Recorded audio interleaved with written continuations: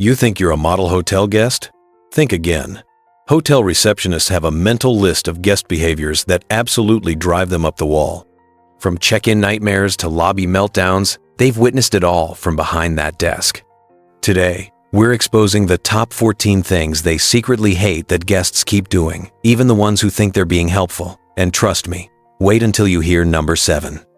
It involves a birthday surprise, a credit card decline, and one very public scene that had the entire lobby cringing. But first, let's start with a mistake that happens at almost every single check-in. Number 1. The "I booked through a third party" disaster. Let's kick things off with the number 1 thing that makes receptionists internally groan. You walk up to the desk, excited for your stay, and confidently announce your name. The receptionist types, smiles, and then their face changes. "I'm sorry, I don't see your reservation." You pull out your phone and show to them your confirmation email. That's when they see it. You booked through a third-party website, and something went wrong. Maybe the dates are wrong. Maybe the payment didn't go through. Maybe the reservation exists in a parallel universe, but not in their system. Here's the brutal truth. When you book through third-party sites, the hotel has almost no control over your reservation. If something goes wrong, the receptionist has to call the third-party company, wait on hold, navigate language barriers, and try to sort out a mess that could have been avoided entirely. Meanwhile, there's a line of 10 people behind you who are also getting annoyed. The receptionist wants to help, but they're basically trying to solve a puzzle with half the pieces missing. And the number of guests who get angry at the receptionist for a problem the hotel didn't create? It's staggering.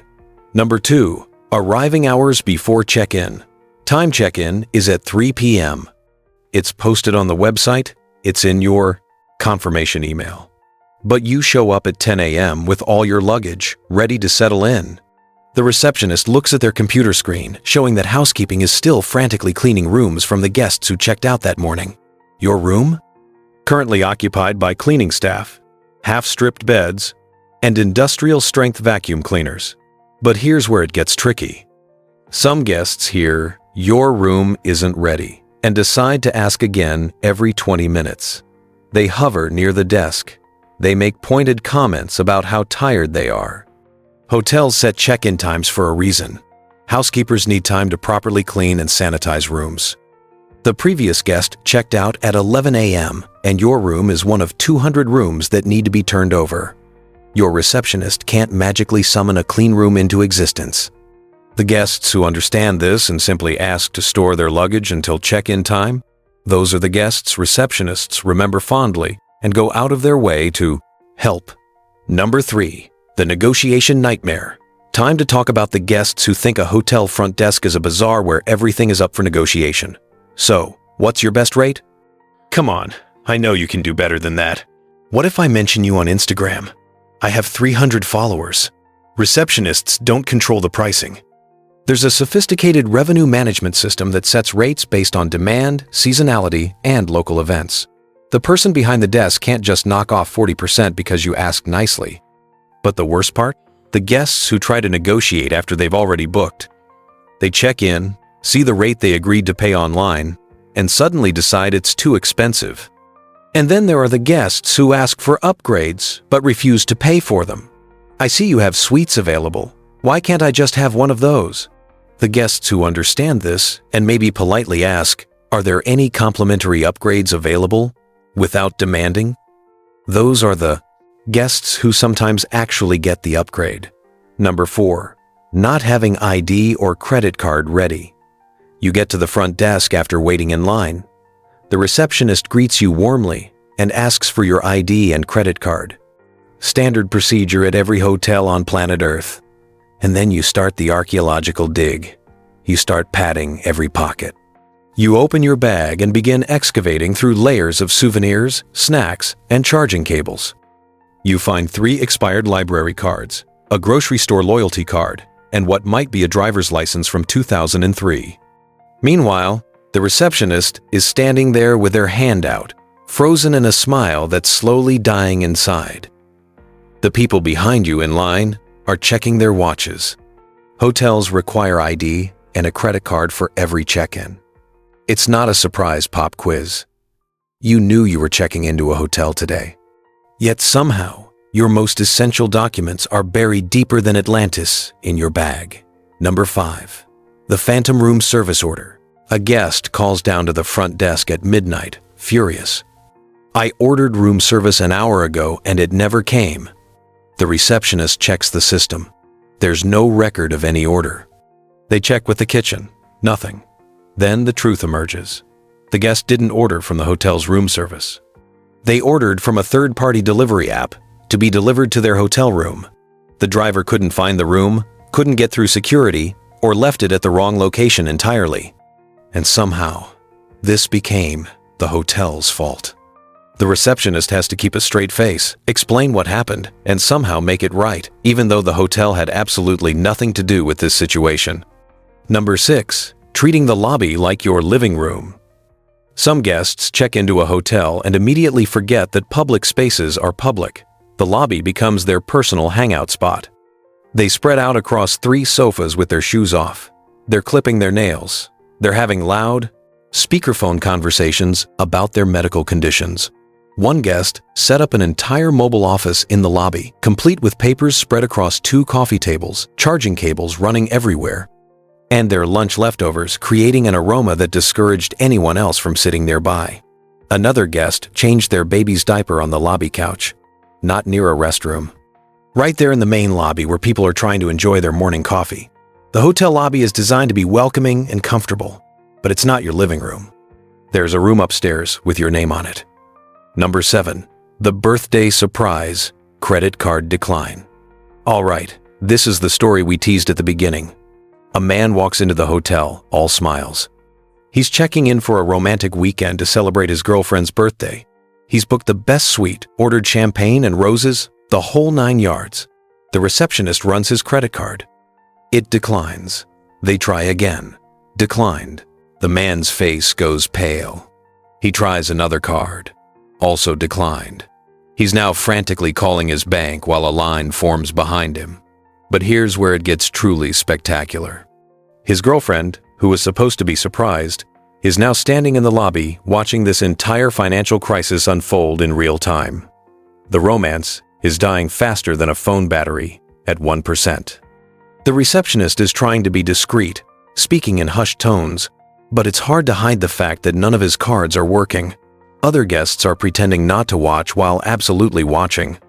After 30 excruciating minutes and multiple phone calls, it turns out the man's bank had flagged his cards for suspected fraud because he was traveling. A problem that could have been solved with one phone call before the trip. The receptionist had to witness this man's dream surprise turn into a very public nightmare. Number 8. Asking, what's there to do here? You're on vacation in a city you chose to first.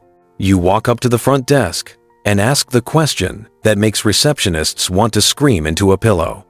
So, what's there to do here? That question is so broad, so impossibly vague, that the receptionist doesn't even know where to start. Do you want museums, restaurants, nature, shopping, nightlife? The city has thousands of options. The receptionist doesn't know your interests, your budget, or whether you want historical landmarks or the nearest place selling fried food. So, they default to the same generic answer everyone gets. There's a nice shopping area nearby and some restaurants. The guests who ask specific questions, we're looking for authentic Italian restaurants within walking distance. Or, are there any jazz clubs you'd recommend? Those guests get detailed, personalized recommendations. Number 9. The extended checkout negotiation. Checkout time is 11 a.m. It's posted everywhere. Yet somehow, at 10:55 a.m., the phone rings. Hi, can I have a late checkout? The receptionist checks the system. The hotel is fully booked. New guests are checking in this afternoon. I'm sorry, we're completely sold out today, so we can't offer late checkout. And then the negotiation begins.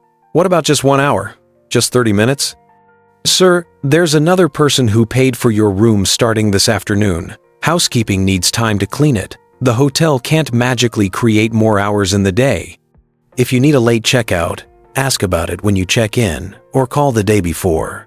Don't wait until 5 minutes before checkout time. and act surprised when the hotel can't accommodate a last-minute request. Number 10. Complaining about things beyond the hotel's control. The receptionist becomes a lightning rod for every complaint, including the ones that have absolutely nothing to do with the hotel. The weather is bad? They hear about it. Traffic was terrible? Somehow that's the hotel's fault. One guest complained that the sun was setting too early and asked if the hotel could do something about it. Another was angry that it was too quiet at night and demanded the hotel create some ambient noise. Someone once blamed the hotel for a bad hair day because the humidity in this city is ridiculous. But the worst is when guests complain about local laws or regulations as if the hotel invented them. Why do you charge a resort fee? It's the law in this area. Why is parking so expensive? Because land in this city center costs more than gold. Receptionists don't make these policies. They don't control the weather, the traffic, or the cosmic forces that govern your vacation. Number 11. The after-hours noise complaint relay. It's 2 a.m. A guest calls the front desk. Their neighbor is being loud. The receptionist apologizes and calls the offending room. The noise stops. 5 minutes later, another call. They're being loud again. The receptionist calls again with a firmer warning. 10 minutes later, another call. I can still hear them. This continues for an hour. The receptionist is now playing telephone operator between two rooms, while also managing every other aspect of running a hotel at night. And here's the kicker. Sometimes the loud room isn't even being that loud. They're just talking at a normal volume, but the walls are thin, or the complaining guest expects absolute silence in a building with 200 other humans. The receptionist can't install soundproofing at 2 a.m. They're doing their best to mediate a situation that has no perfect solution. Number 12. Leaving the room in unmentionable condition. Hotel receptionists don't clean the rooms themselves, but they hear the stories from housekeeping. And oh, the stories. Some guests treat hotel rooms like they're the last days of Rome. Food ground into the carpet.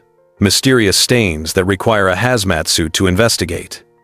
One room had pizza on the ceiling. The ceiling. How does that even happen? Guests sometimes complain about housekeeping fees or damage charges, acting shocked that the hotel would dare charge them for leaving a room that looks like a crime scene. The receptionist has to have these awkward conversations. Yes, sir. The fee is for the extensive cleaning required after your stay. They're trying to remain professional while internally screaming. Treat the hotel room like you'd want someone to treat your home. Because unlike your home, someone else has to clean up after you, and they'll remember you. Number 13. The last-minute everything. Some guests operate under the assumption that hotels are magical places where anything can happen instantly. They check in and immediately start making demands with zero notice. I need a crib in my room right now. Can you book me a dinner reservation at that restaurant for tonight? I need 15 extra towels and a fan in the next 5 minutes. Hotels do their best to accommodate requests, but they're not running on fairy dust. If you need special items or specific services, mention them when you book, or at least call ahead.